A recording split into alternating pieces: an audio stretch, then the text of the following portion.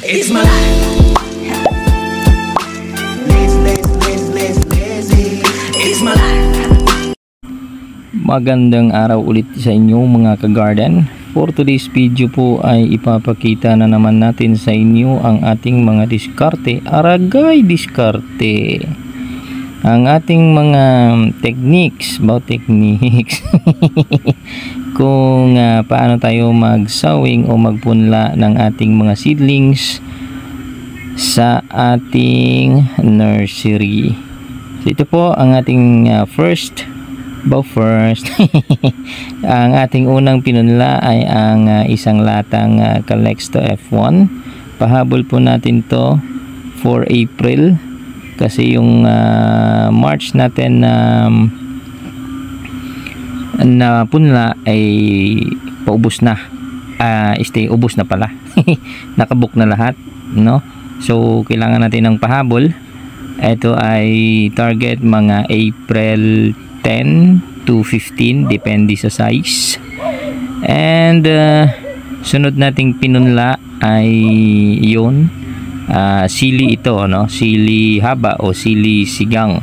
Variety na gamit natin dito is Lava F1.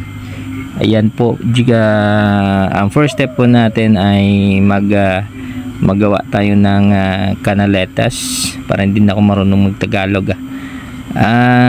Canaletas, yun, dyan natin ihuhulog yung binhi na ating isusowing o ipupunla para naman magkaroon siya ng linya o magandang itsura pag tumubo, and then ma-identify natin na talagang ito yung seeds o buto na inaipunla natin, hindi buto ng damo.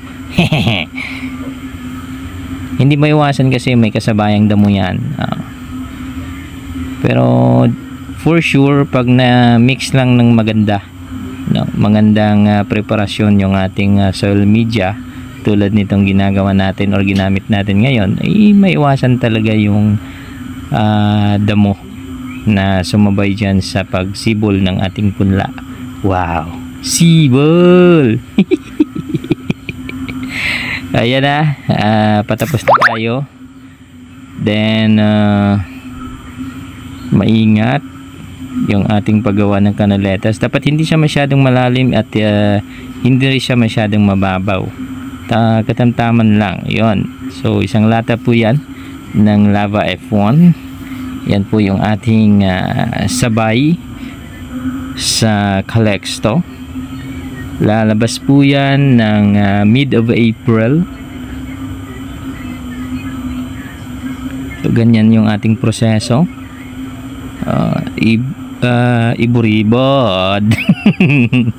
Atin po siyang ihulog na parang nagtatak tayo ng bitchen sa ating niluto. Ganyan lang. Hindi siya masyadong makapal para hindi magkapatong-patong yung mga binhi, para maganda po yung resulta sa kanyang pagtubo. O ganyan lang hanggang sa maubos yung ating binhi ng Lava F1. So proud West po yan. Ayan po yung pinakamaganda. Baka may ibang company naman na magandang silis kang pwede. Proceed tayo, proceed. Ito yung naiwan natin na kamatis. Ito ay kamatis rin ng West. Yung bagong variety, yung Scarlet F1. Ay baka magtaka kayo, ang dami sa isang butas. Ganyan po talaga kami magpunla dito, maramihan. Char!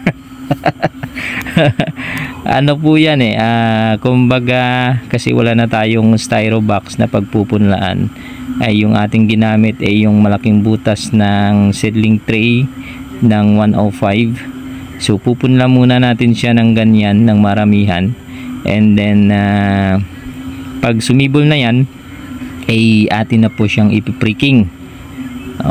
So kita nyo naman, mababaw lang, hindi siya masyadong malalim yung butas. Tapos tatak-tatak mo lang ng ganyan. Yun, paubos na. Wala na nga.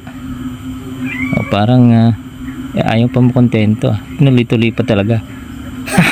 Ayun, wala. Tinamaan na ng init na duling na. Sinipsip pa. Kaloka. So yun po, then tatabunan ho natin ng ano yan. Pero bago, syempre may mga binhi na nakapatong dyan sa gilid ng seedling tray.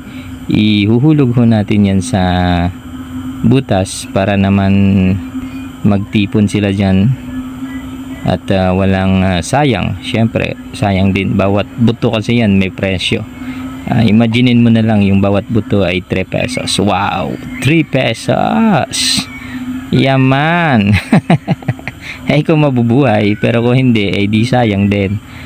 So ingatan natin sa pagpunla pa lang, ay ingatan na natin para naman hindi masayang yung bawat buto.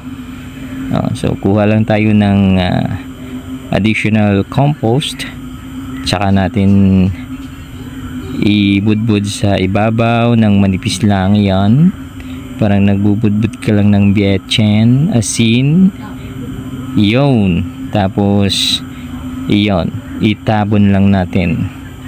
Manipis lang ho, masyadong manipis lang po yan para magaan po talaga yung pagkatubo, yung pagkabuhat ng buto pag nag-germinate na po siya.